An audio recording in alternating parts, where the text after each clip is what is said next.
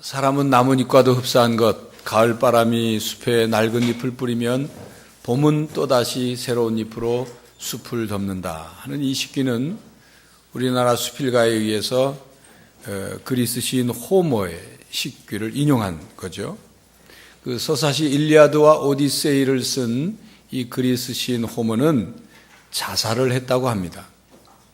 그의 자살의 동기는 확실하게 밝혀지지 않았는데 여러 학자들이 그 호모를 연구하면서 그 자살 동기에 대해서 몇 가지 근거를 가지고 이런 주장 저런 주장을 하는 내용들이 있습니다.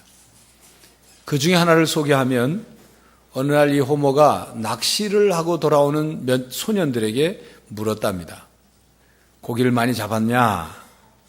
물었더니 한 소년이 대답하기를 잡은 고기는 버렸고 잡지 않은 고기는 바구니에 담아왔습니다. 그러더래요. 잡은 고기는 버렸고 잡지 않는 고기는 바구니에 담아왔습니다. 이 말을 듣고 이 시인 호모가 집에 가서 이게 도대체 무슨 뜻인가 밤새도록 고민을 해도 무슨 뜻인지 선명하게 이해가 되지 않더랍니다. 그래서 이 호모가 자기의 그 우둔함에 대해서 실망한 나머지 자살을 했다는 그런 얘기입니다. 그 소년의 말은 고기 한 마리도 못 잡았습니다 하는 농담이었는데 그 호모라는 시인은 그 소년의 말에 굉장한 의미를 두고 도대체 무슨 뜻인가 이해하려고 하다가 이해가 안 되니까 자신이 얼마나 미련하고 우둔하면 이해를 못할까 이렇게 자신에 대한 실망과 좌절감으로 자살을 했다는 얘기입니다. 그런 이유로 무슨 자살할 필요까지 있겠냐 말할지 모르지만 그러나 그럴 수 있습니다. 이제 얼마 안 있으면 수능 시험일이 다가오는데 수능 시험을 치고 나면 안타까운 일이지만 시험 성적 때문에 자살하는 학생들의 뉴스가 보도됩니다. 자살하는 학생들을 보면 평소에 공부를 잘 못하는 학생들은 자살을 잘 하지 않습니다. 왜냐하면 점수가 잘 안 나오는 게 익숙해져 있기 때문이죠. 그런데 자살하는 학생들을 보면 평소에 실력이 좋은 성적이 잘 나오던 학생이 성적이 잘 나오지 않았기 때문에 자기 실수로 시험을 망쳤다고 생각하고 자기에 대한 평가가 이것으로 다 끝났다. 내 인생에 나를 회복시킬, 나를 좋게 평가를 할 수 있는 기회는 더 이상 없다고 생각한 나머지 자기에 대한 실망감과 좌절감 때문에 극단적인 선택을 하게 되는 거죠. 수험생을 둔 부모는 자녀가 이런 극단적인 선택을 하지 않도록 위로와 격려를 아끼지 말아야 할 것입니다. 실망이라는 말은 기대를 잃어버렸다는 뜻이죠. 기대가 없으면 실망도 없습니다. 그러므로 실망감이란 기대감이나 욕구가 채워지지 않을 때 우리에게 느끼는 감정입니다. 삶의 어떤 성취감이나 목적을 놓고 그것을 이루도록 하는 동기나 욕구가 상실됐을 때 그때 실망감이 찾아옵니다. 실망감은 누구나 살아가면서 느끼는 그런 감정입니다. 살다 보면 누구나 실망스러운 일을 겪습니다. 자기 자신에게 실망하기도 하고 존경했던 어떤 다른 사람에게 실망하기도 하고 그리고 하나님께도 실망을 합니다. 너무나 실망스러운 나머지 모든 것을 포기하고 싶은 그런 때가 있습니다. 그러나 신앙인은 실망감에 굴복해서는 안 됩니다. 왜냐하면 실망감이란 단순한 우리의 감정이 아니라 우리를 무너뜨리고 우리를 때로는 죽음으로 몰고 가는 지뢰와도 같기 때문입니다. 여러분 지뢰 아시죠? 몇 주 전에 지뢰에 대한 말씀을 드린 것처럼 적군이 땅속에다 지뢰를 매설해 놓고 그것을 지나가는 병사가 그것을 발로 밟든지 건드려 가지고 그것이 폭발하면 그 전체가 다 쑥대밭이 됩니다. 어떤 지뢰는 발로 밟았다 뛰면 그 전체가 다 날아가는 지뢰가 있는가 하면 어떤 지뢰는 그 지뢰를 밟은 병사의 발목만 잘라내는 지뢰도 있습니다. 실망이라는 지뢰는 우리의 일부분을 집중적으로 공격해서 상처를 내거나 치명적인 장애를 입히는 그런 지뢰와도 같습니다. 심리학자 팀 라헤는 실망을 한 사람들이 어떻게 그 다음 실망 다음에 어떻게 되는가 하는 것에 대해서 조사 연구한 결과를 발표했습니다.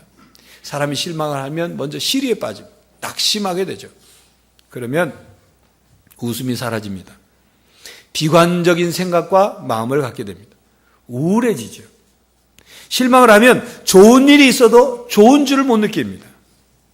실망의 감정에 빠져서 자기 속에서 에너지가 빠져나갑니다. 삶의 의욕을 상실합니다. 이걸 우린 좌절이라 그렇게 말합니다. 실망해서 낙심하고 좌절하면 때로는 조급해서 화를 잘 냅니다. 조그만 자극을 해도 아주 쉽게 발끈하고 화를 잘 냅니다. 신경이 예민해진 것이죠. 이렇게 실망하면 점점 자신의 몸과 마음이 힘을 잃고 병이 들어갑니다. 좌절하고 체념하고 절망하여서 죽음에 이르는 병을 얻습니다. 어떤 작가가 절망은 악마로부터 온다고 말한 것처럼 실망하고 낙심하고 절망하는 것은 사탄이 우리를 공격하는 것입니다.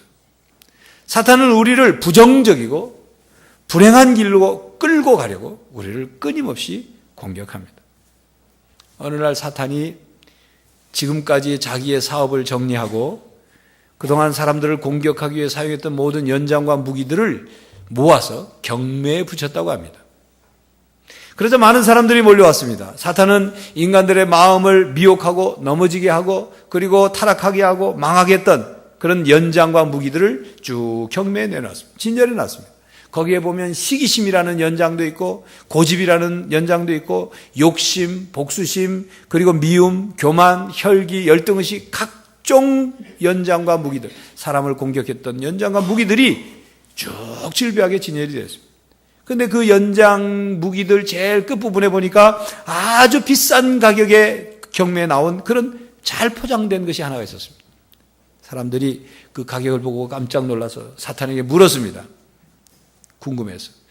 그래서 사탄은 설명했어요. 이것은 최고의 무기인데 바로 실망이라는 무기다. 가장 경건한 영혼을 쓰러뜨리고자 할 때 내가 사용하는 무기이다.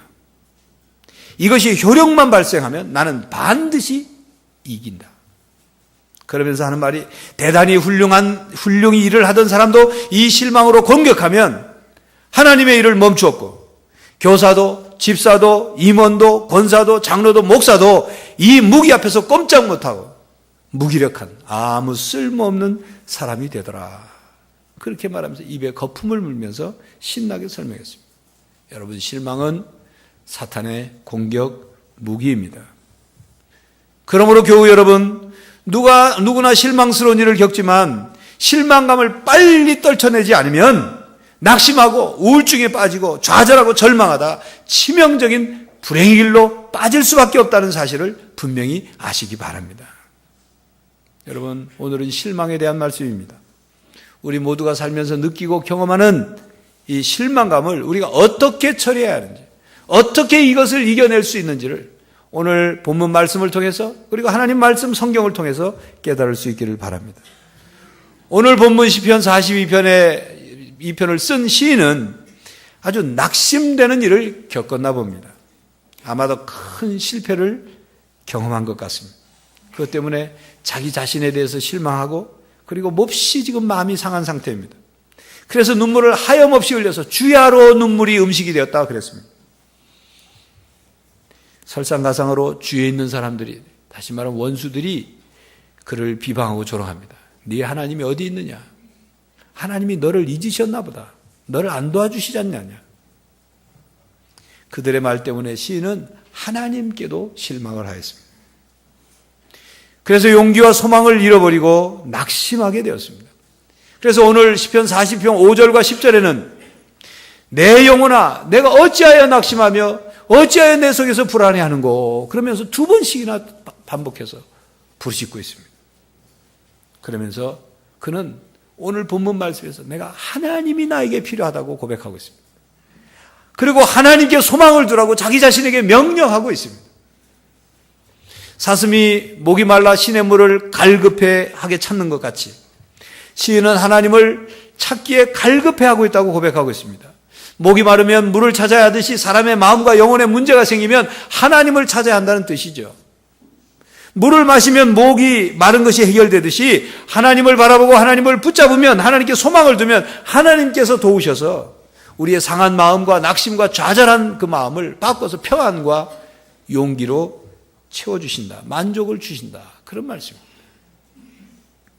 교회 여러분, 우리가 문제를 만나거나 우리가 실수하거나 실패하거나 고통과 시련을 겪게 되면 우리는 두 종류의 응답 방법 중에 한 종류의 응답 방법을 선택해야 합니다. 실망하고 분노하고 좌절할 것인지 아니면 하나님을 믿고 하나님께 맡길 것인지 이 둘 중에 하나를 선택해야 합니다. 여러분, 믿음은 반응입니다.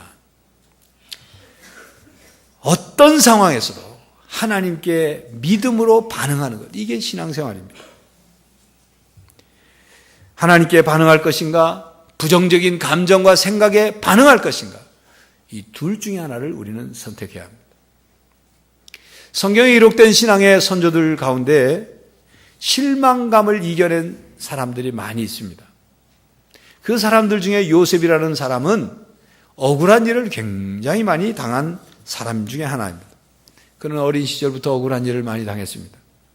또 형들에게 미움을 받아 팔려서 애굽의 노예로 팔려갔죠. 애굽에 팔려간 이 요셉은 보디발 장군의 노예가 돼서 그 집에서 종살이를 시작했습니다. 그런데 요셉은 그 집에서 얼마나 성실히, 얼마나 충성되게 일을 했는지 보디발 장군의 눈에 쏙 들었어요. 요셉에게 그 장군은 자기 집의 모든 일을 다 총괄하도록 책임을 맡겼어요. 총무로 맡겼어요. 자기 부인만 빼놓고 요셉이 다 그 집의 모든 걸 다 관리하도록 했어요. 그런데 그만 그 집 여주인이 청년 요셉, 요즘으로 말하면 연하 요셉, 꽃미남 요셉에게 흑심을 품고 요셉을 유혹했어요. 요셉이 강하게 뿌리치자 괘씸죄를 걸어가지고 요셉이 자기를 성폭행하려 했다고 누명을 씌워가지고 결국 보디발 장군은 요셉을 왕의 감옥에 가둬버렸습니다. 여러분, 그런 일을 당한 요셉이 마음속에 이런 생각을 할 수가 있어요. 아니, 내가 보디발 장군도 그렇지, 내가 그동안 얼마나 충성되게 장군을 위해서 일했는데 나를 그런 사람으로 보나? 나를 그런 사람으로 보나? 아니, 바람기 있는 마누라 말만 듣고 나를 이렇게 취급해서 옥에 그냥 묻지도 않고 신문하지도 않고 가다니 실망이다. 보디발 장군에 대해서 실망하고 그 여주인에 대해서 실망할 수 있어요. 여러분, 사람이 억울한 일을 많이 겪으면 분노하고 증오심이 생기죠. 그런데 요셉의 마음엔 분노와 증오심을 품지 않았다는 겁니다. 요셉은 감옥에 갇혀서도 얼마나 또 성실히 했는지 감옥을 책임지고 있는 그 간수장에게 눈에 들었어요. 그래서 또 그 간수장이 요셉에게 많은 것을 맡겼습니다. 그러던 가운데 그 감옥 속에 있는 왕의 술 맡은 관원과 떡을 맡은 관원이 감옥에 들어왔는데 그들과 알게 됐어요. 근데 그들이 둘 다 똑같이 꿈을 꿨는데 그 꿈을 해석을 못할 때 요셉이 해석을 해줬습니다. 해석 그대로 다 이루어졌어요. 근데 술 맡은 관원이 요셉의 꿈의 해석처럼 이제 복직이, 왕의 궁궐에 복직이 될 때 요셉이 약속을 했어요. 왕에게 가면 나의 이 억울한 사정을 왕에게 얘기해서 나를 좀 감옥에서 빼내달라. 그래서 철석같이 둘이 약속을 했어요. 그리고 그 술 맡은 관원이 복직이 됐어요. 하루 이틀 세월이 지나도 아무 소식이 없는 거예요. 요셉은 그 술 맡은 관원이 왕께 언제든지 얘기를 하면 자기 누명이 벗겨지고 감옥에서 나올 거라고 기대하고 또 기대했는데 하루 이틀이 아니라 1년, 2년이 될 동안 아무런 소식이 없는 겁니다. 여러분, 요셉의 마음이 어떻겠어요? 얼마나 답답하겠습니까? 괴로웠겠습니까? 그러다가 아마 요셉은 이런 마음을 가졌을 수도 있어요. 그래, 사람이 화장실 들어갈 때 나올 때 다르다더니 그 술 맡은 가는 그 사람 나하고 철석같이 약속하더니 세상에 믿을 놈이 하나도 없구만. 요셉은 이렇게 사람들에 대한 실망감으로 온통 마음의 상처를 입고 낙심하고 인생에 대해서 좌절할 수 있었을 것입니다. 일은 자꾸만 꼬여가고 하나님이 요셉에게 준 꿈은 전혀 이루어질 것 기미가 보이지도 않고 그리고 도대체 하나님께서는 나에게 뭐하고 계신가 하는 생각이 들어서 하나님께 실망할 수도 있었을 것입니다. 그런데 요셉은 실망과 낙심과 좌절을 선택하지 않고 하나님을 선택했습니다. 요셉은 사람에 대한 기대를 다 버리고 오직 하나님만 붙드는 인생으로 살았습니다. 요셉은 수십 년의 세월을 억울함과 실망과 낙심과 좌절과 절망스러운 일을 겪었지만 그러나 그것으로 해서 치명적인 상처를 입지 않고 세상에 대한 모든 기대를 버렸습니다. 사람에 대한 모든 기대를 버렸습니다. 오직 하나님께만 기대를 하였습니다. 오직 하나님만 바라보고 소망을 두었습니다. 오직 하나님만 믿기로 했습니다. 오직 하나님의 선한 손길만을 붙잡기로 했습니다. 오직 하나님의 능력만 믿고 기다리며 인내하기로 했습니다. 자신이 처한 상황과 환경 속에서 하나님을 갈망하고 하나님께 더 가까이 가고 하나님과 함께 묵묵히 살아갔어요. 자신의 마음속에 들어가는 온갖 실망감을 믿음으로 이겨낸 거죠. 그래서 너희에게 인내가 필요함은 너희가 하나님의 뜻을 행한 후에 약속하신 것을 받기 위함이라는 이 히브리서 10장 36절 말씀처럼 요셉은 마침내 하나님께서 예비하시고 약속하시고 성취해 가신 그 일을 누릴 수 있게 되었습니다. 교회 여러분, 오늘 시편 40편의 시인처럼 그리고 요셉처럼 하나님께 소망을 두고 사는 성도들이 되시기를 바랍니다. 실망스러운 일을 겪을 때 하나님만 바라보고 하나님께 소망을 두고 살아가는 성도들이 되시기를 바랍니다. 우리를 향한 사탄의 주된 목표는 우리가 하나님께 실망해서 우리가 하나님을 등지고 떠나가게 하는 것, 그게 사탄의 주된 목표입니다. 또한 하나님의 계획과 하나님이 우리에게 맡기신 일을 우리가 하나님께 실망해서 그만두고 다 모든 걸 포기하고 떠나가는 것, 사탄이 원하는 바예요. 사탄이 이 땅에 존재하는 이유는 자기 수하의 많은 세력을 거느리기를 원하는데 우리를 하나님과 우리 사이를 떼어내서 그래서 자기 지배 아래 두기를 원하는 게 사탄이 존재하는 목적입니다. 그러므로 사탄이 실망이라는 지뢰를 설치해 놓고 우리가 그 실망이라는 지뢰를 밟게 될 때 우리 영혼에서 하나님과 우리를 묶어주고 있는 중요한 끈을 끊어버리는 거예요. 이게 사탄이 실망이라는 지뢰를 통해서 원하는 목표예요. 그 끈을 우리로 하여금 놓치도록 끊어지도록 하게 하는 거예요. 그 끈이란 무엇이냐? 바로 그것은 기도입니다. 실망하는 마음이 생기면 낙심하게 되어서 많은 경우 하나님께 기도하는 시간이 줄어듭니다. 기도를 하지 않습니다. 기도를 멈춥니다. 기도의 끈을 놓아버립니다. 하나님께 대해서 비판적이고 냉소적인 사람, 순식간에 그런 사람이 되어버립니다. 정말로 하나님이시라면 이런 일들을 좀 막아주셨어야지. 하나님이 나를 정말 사랑하신다면 나에게 실수와 실패가 일어나지 않도록 좀 도와주셨어야지. 내가 하나님께 그동안 어떻게 봉사하고 어떻게 했는데 하나님이 나한테 이럴 수 있나. 섭섭함과 실망이 들어요. 그런 생각을 하면 사탄은 우리의 생각이 옳다고 자꾸 부추깁니다. 그래, 맞는 생각이다. 그러나 이런 생각은 문제 해결에 아무런 도움이 되지 않습니다.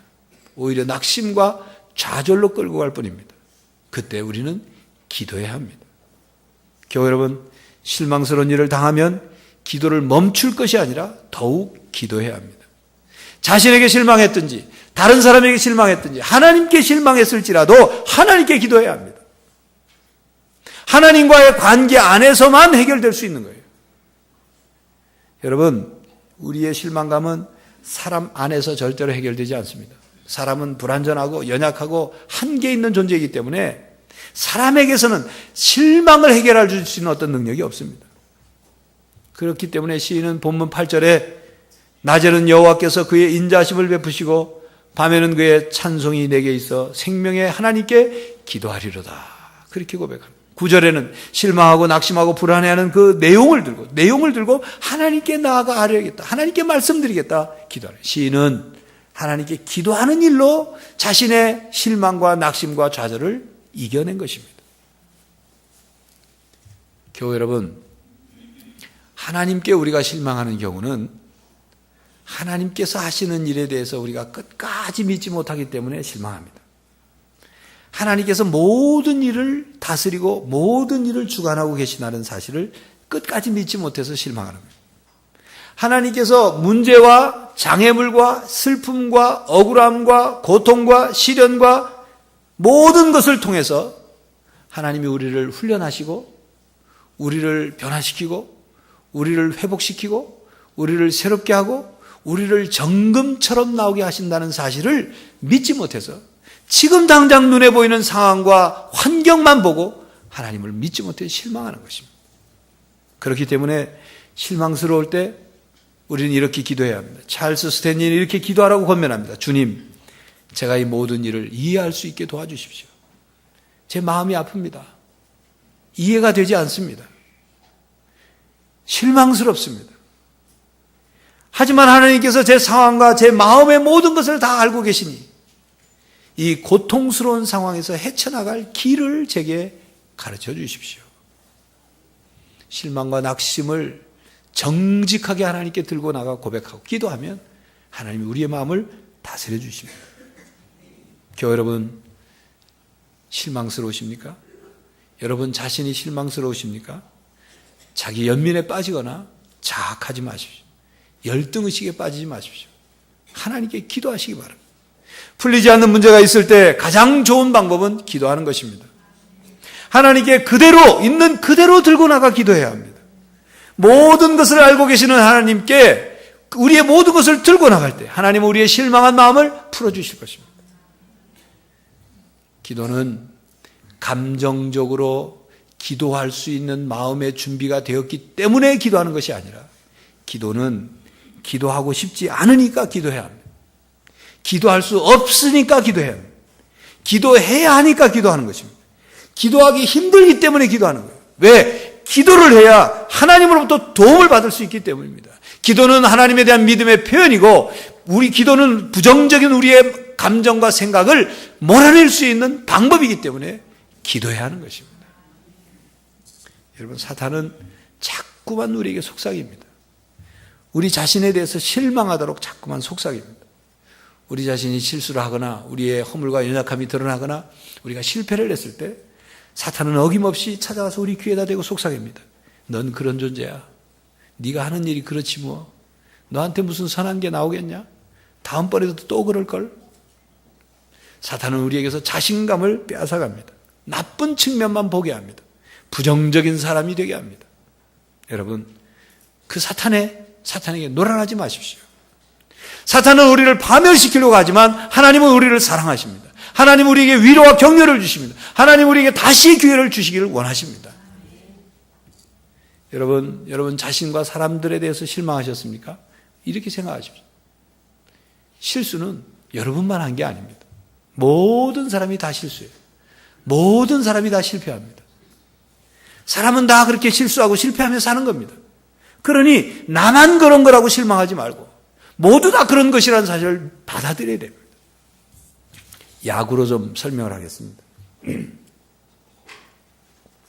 어제 한국 시리즈 7차전이 끝났어요.